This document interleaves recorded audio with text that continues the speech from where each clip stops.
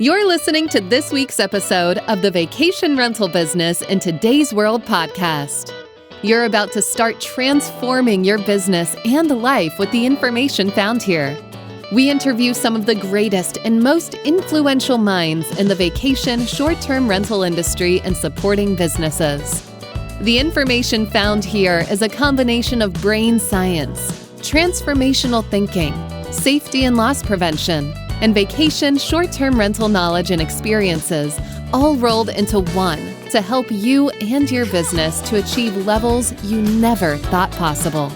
I am glad you are here, and now please welcome your host, Eric Thibodeau. Hello, everyone, and welcome back to Safer VRs. I'm Eric Thibodeau, your host, and we're continuing our four-part series on the different levels of safety as I viewed them in the vacation rental industry, and basically how they're evolving outside of the industry as well. So let's recap here. The four levels, which are the first one we covered last week was level 0, basically, which is nothing. We're not doing anything. And I said safety is common sense is kind of our approach here. So level 0 is nothing, not the place we want to be. This week, we're going to talk about level 1, hazard recognition and mitigation. We'll go through some of that. And then the following week, we'll talk about level 2, policy, management, systems, and observations. And then level 3 will be transformational thinking and identity. So those are the four levels. And this week, we're going to talk about level 1, but basically level 0, we'll just go back and touch on it briefly.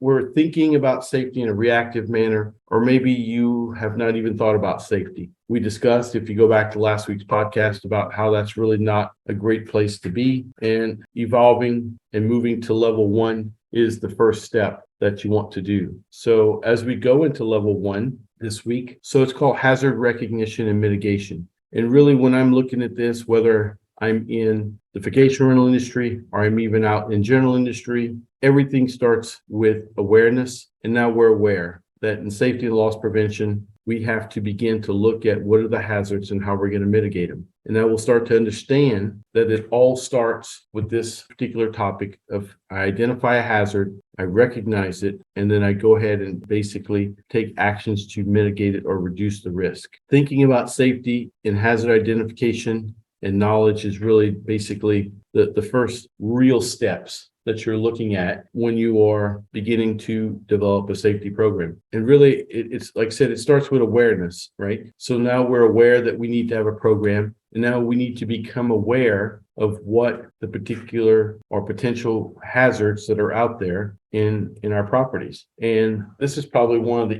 I'll say it's the easiest things to do, but one, it needs to take place. And, there's other courses out there. Safer VRs also has Safer VR checks, where you go out and you basically look at the property. You hire somebody to come out and look at the potential hazards that may exist in a property, or outside of a property, or around a property. And these are definitely things that would impact your owners and your guests and your staff. And we've talked about them before. And like I said, I believe this is the first step and the easiest step, but you have to have information, you have to have knowledge, and you have to dedicate resources. And so you're going out, taking a look at, I like to start on the outside of the property, entryway to the property. We talk about slip, trips, and falls, mostly tripping hazards, could be slipping hazards. Those could be uneven walkways. So my hazard is the uneven walkway, and the resultant would be a trip or a fall, okay? And then what's the likelihood of that happening is called risk. I have the potential for a hazard to occur and the likelihood that a guest or an owner would encounter it. And so this is all about hazard and risk mitigation. And I think it's an excellent first step. Later, we'll find out in level 3 how that necessarily doesn't always work for us. But today, we're starting to begin to look at those physical hazards, whether they're present or not present, fire extinguishers not present, smoke detection not present, guardrails not present, handrails not present, or they're present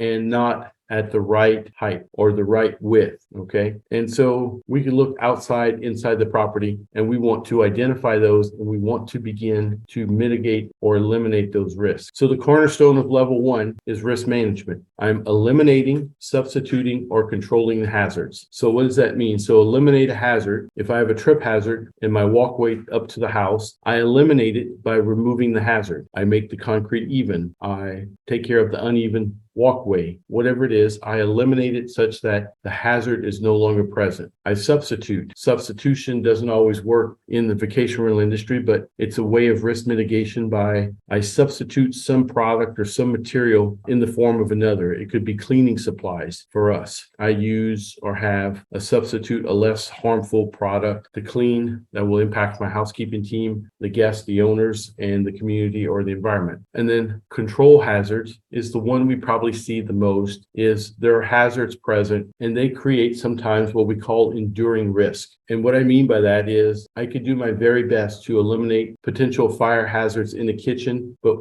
our guests and our owners will be cooking. So there is the enduring risk that a fire will occur. I do everything I can to reduce the risk and the potential, but then I also provide fire extinguishers because I know the risk can never be eliminated. The only way you eliminate the risk is don't cook. And that's just not going to be practical, right? So we control or mitigate the likelihood of it occurring. And when it does occur, we quickly put it into and control that hazard. We eliminate the risk, I guess. We put out the fire in this case, okay? It's kind of like driving. Driving is inherently risky and dangerous. So we still want to drive. Whether we ride a bicycle, a motorcycle, a vehicle, a car, we're still driving and we accept those risks. But along the way, we employ good driving behaviors. We employ seat belts. We employ, traffic rules, all these things to lessen the likelihood. And when risks happen, we have airbags, we have hopefully good structural sound cars, we're wearing our seat belts, all these things to reduce the likelihood. So risk management, we have become in the risk management business here in level 1, and the highest risks are addressed in an order priority, right? I want to definitely,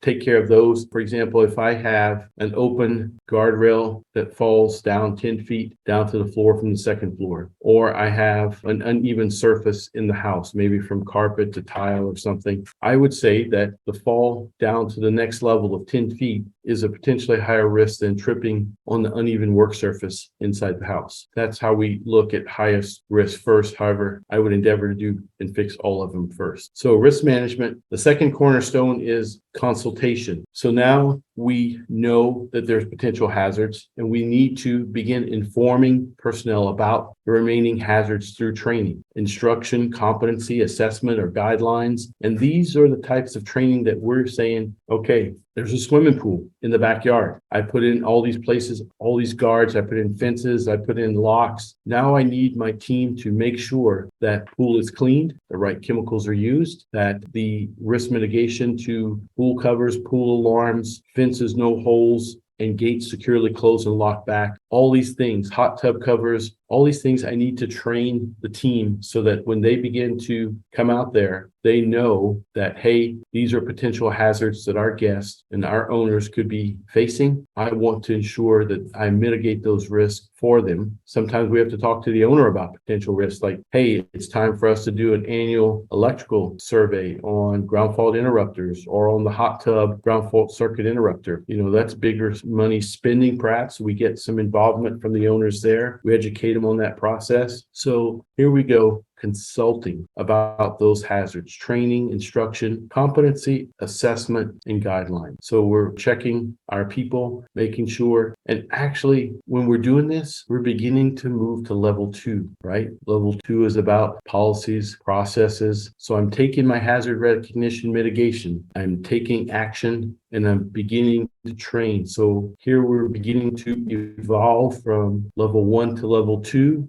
with this particular process. And we talked about what is a hazard. We throw the term out quite a bit, but a hazard is any source of potential damage, harm, or adverse health effects on something or someone. It could be electrical, it could be chemical, it could be uneven working surfaces, it could be noise, it could be stress. These are hazards. And then we talked about risk. Risk is the likelihood, whether it's high, medium, or low, that any hazard will actually cause somebody or something harm. And here's my extreme example of there is a hazard of meteorites striking the earth. Okay. So is it possible? Yes, it is a hazard. So do I go out and build meteorite shields for my properties or my business? I give my team satellite imagery to look for meteorites? No, that's a low probability occurrence. And we're going to focus on those higher risk probability occurrences, right? To work on those that would cause some harm. So that's kind of an extreme example, but I think it's one everybody gets, right?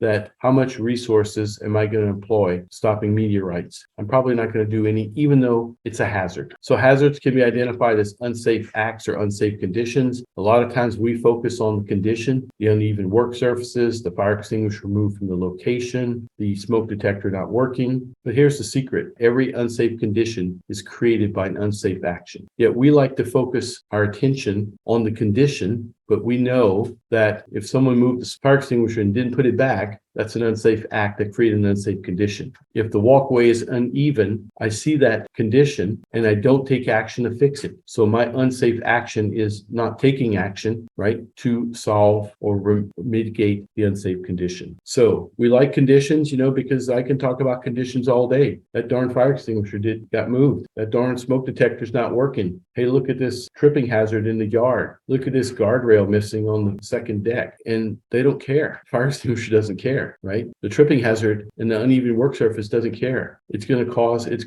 just there. But it's created by this unsafe act, which are people. And we don't like at times to focus on people. Why did I leave the gate open for the pool? Why did I not replace the batteries in the smoke detector, right? This is where we need to begin shifting our attention, and that every unsafe condition, for the most part, were put there by unsafe actions or allowed to continue to exist due to unsafe action. Something very important for us to remember. So as we mentioned, unsafe acts are the actions or inactions taken or not taken by people which allow or create a potential hazard to continue to exist. Our actions are always to first eliminate the hazard, right? By we remove that from being in place. And this now reduces the risk of an injury significantly, maybe eliminates it, maybe reduces it. So we want to eliminate hazards. That's our first choice. And a lot of times, for example, we choose to wear PPE. For example, I'm going to use a pretty harsh chemical to clean this. I could get a better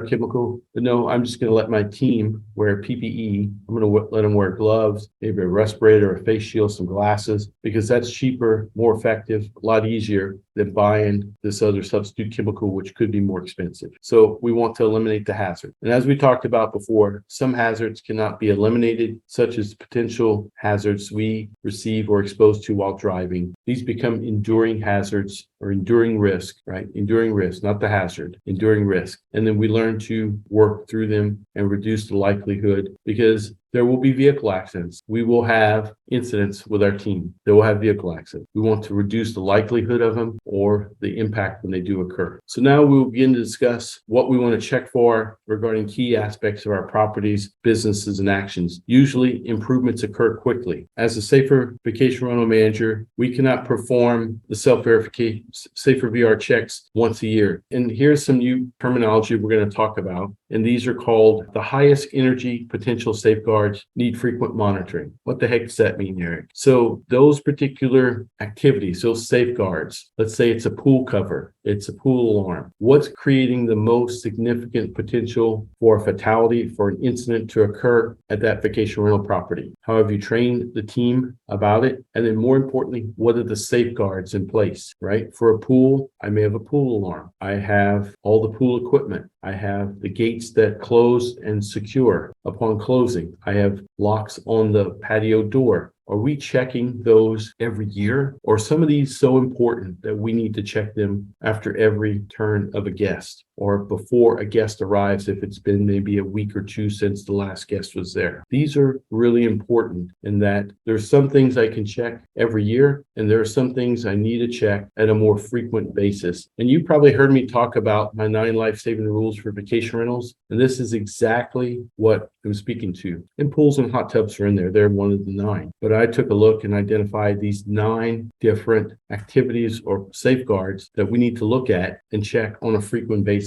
And this is really doing the checks is hazard recognition and mitigation, but then we're going to build a process around it as we go into level two. So people, our guests, our owners, our maintenance team, our housekeepers, etc., all interact in the property or in the business on a regular basis. That means we need to continuously identify and remove unsafe conditions or hazards. However, this cannot always be achieved, as we're going to learn more about this later. So our focus on, once we do initial reviews for a property, you need to identify what are the highest energy potential safeguards. What are the most important safeguards that I have in place that are protecting the guests or the owners that are arriving at that property. So people, their actions or inactions are creating situations in our properties and businesses. Their behaviors are potentially impacting the safety and loss prevention in our business, in our property management business, or if I'm an individual owner in my business there, but my property. So this is an area we're going to focus on as we move into level two. And then we're going to continually review these high energy potential safeguards, which are critical for eliminating and reducing what I call significant incidents and fatalities. SIFs is what they're called in the industry. And this is one of the things we need to focus on. It's one of the areas that the 9 life-saving rules for vacation rentals were created to address in a systematic way. One of the things I learned when I was working, I used to work for BP, and you probably heard of the Deepwater Horizon incident that occurred. And before, I don't know, I can't remember the exact time frame, but shortly before the incident occurred offshore, an audit team visited that location on the drilling ship. And when they went out and looked at potential issues and things to look at, and I know maybe everybody doesn't understand all of the issues that are involved in oil and gas production, but one of the things an individual auditor looked at was fall protection. And they hadn't had any problems with fall protection. They weren't doing any work that needed fall protection. When I work at an elevated height, I wear it to protect me from falling, or if I do fall, it arrests my fall. But no one looked, and he did that work because he really understood and liked working with fall protection, right? Which is great. However, I'm at a location that's actively drilling for oil and gas. What is my highest energy potential safeguards that I need to check? Okay. And we could go through them if you wanted. I mean, you could read the report, but basically,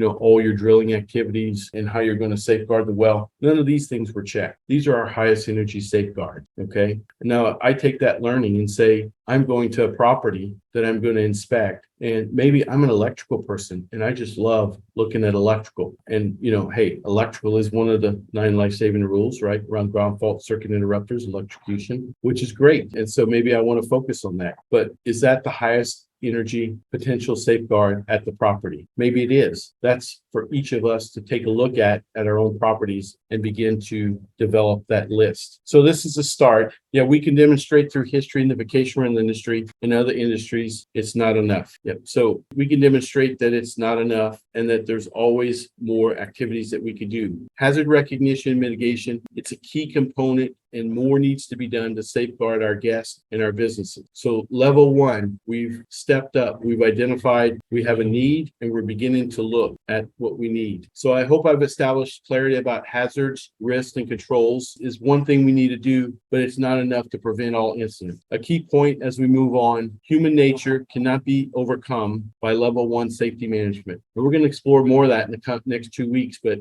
as human beings, we're not able to overcome things that are in level 2 and level 3 protections, right? Just checking is not enough. Our human nature will not allow that to create a safe property. We need to do more. So why are our guests and workers injured by hazards we know about? That's going to be something as we go on and we begin to look at level 2 and level 3 safety. So I hope you find this informative. There'll be more available as we go on. I'll have slides and information that we can begin to look at in next year, early January, and offer this out as part of our training. So I hope you find this interesting. I hope you've become aware and said, hey, I'm beginning to step up and use level 1 training to improve my safety and loss prevention in my vacation rental business. I appreciate you taking the time. Go out and create a safe day. Take a look at risk mitigation, hazards, and what are those biggest energy potential safeguards you need, and not just for your whole business. It's almost on a property by property discussion. Thanks for your time. I look forward to hearing from you. You can find me at eric@safervrs.com, vacation rental safety, safervrs.com, or we'd love for you to join our Awakening Vacation Rental Safety membership group. For now, go out and create a safe day. And thanks for listening. Bye-bye. Thank you for listening to Safer VR's podcast with Eric Thibodeau. If you enjoy this, I would love you to join my Facebook group, The Safer Vacation Rentals, for more of the same. You can also join our email list at www.safervrs.com.